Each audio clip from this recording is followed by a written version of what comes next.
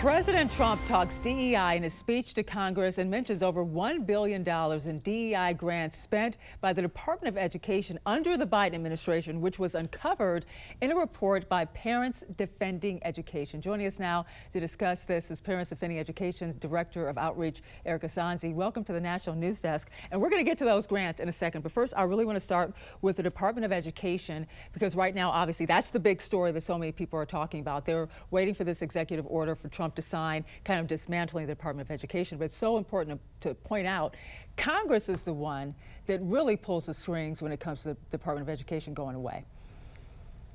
Yes. Carter is the president who, founded or created the department. Mm-hmm. And the Republican Party has been talking about getting rid of it since Ronald Reagan's presidency. They have, yeah. So this is something we've heard about for a long time. And while it is true that there's a lot of bloat in that department, it has over 4,400 employees work in that department, and it is fair to criticize it for lots of reasons. The president cannot abolish the Department of Education. That would take an act of Congress. And in addition to that, there are federal programs that come out of the Department of Education that people are very concerned about because they're hearing a lot of misinformation that those programs would go away.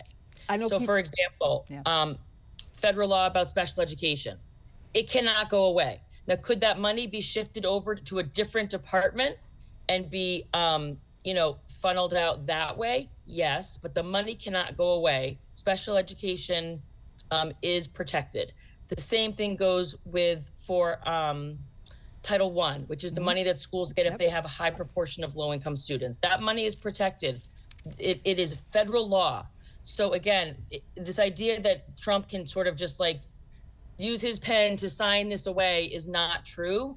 And so the money is guaranteed. Now, if it does get moved, let's say into the Treasury, or if money gets moved over to Health and Human Services, that just changes, where it emanates from. It's not going away. So could Linda McMahon, the new secretary, shrink it, change it, transform it, reorient it? Yes.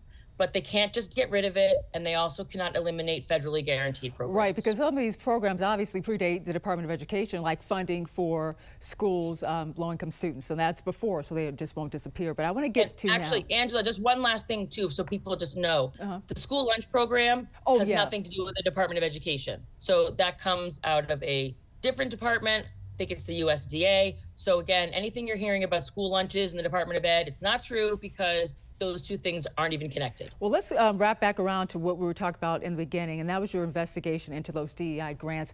What did you think, first of all, getting that shout out apparently, but your organization, what did you find out? I mean, we had just poured over public documents, and by me, I mean our researchers who are amazing.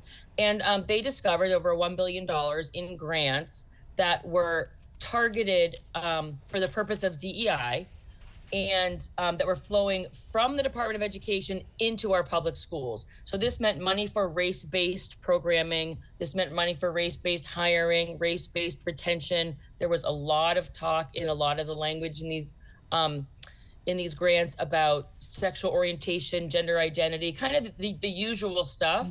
And the truth is, they just sort of read like far-left activists had written them and copied and pasted them, and now they were sort of using the schools as a vehicle to bring that stuff to kids and to staff. I want to get to this real quick, because we're running out of time. In his speech, Trump also discussed gender and highlighted a Florida mom, January Littlejohn, who sued her school county board, alleging that they helped her 13-year-old daughter socially transition without getting her consent. You're following this case now. Tell me more about this. Yeah, well, we've known of January now for years, because she was one of the first moms front and center on this issue. But what happened to her daughter, which was essentially that they put a plan in place behind the backs of the parents, and it meant a new name, new gender, accommodations into restrooms, locker rooms, et cetera. And what I will say is that I think that people are shocked to hear that this is happening. But this is the policy in most school districts across the country and has been now for a few years. Now, the executive order. In terms of not notifying parents, you're saying that's the policy? The issue of not notifying parents. So we will see, I suspect, and are seeing more lawsuits on this issue. Now, the executive order from the Trump administration does reverse this, but we are hearing a lot of districts saying they don't plan to comply at all. So I think we're going to see a lot more. But she's kind of a profile in courage, because she came out and stepped out at a time that this was very difficult, and she's been at it now for a few years, and she certainly deserved that invitation. All right, Erica Sanzi, thank you so much for joining us. We'll be right back.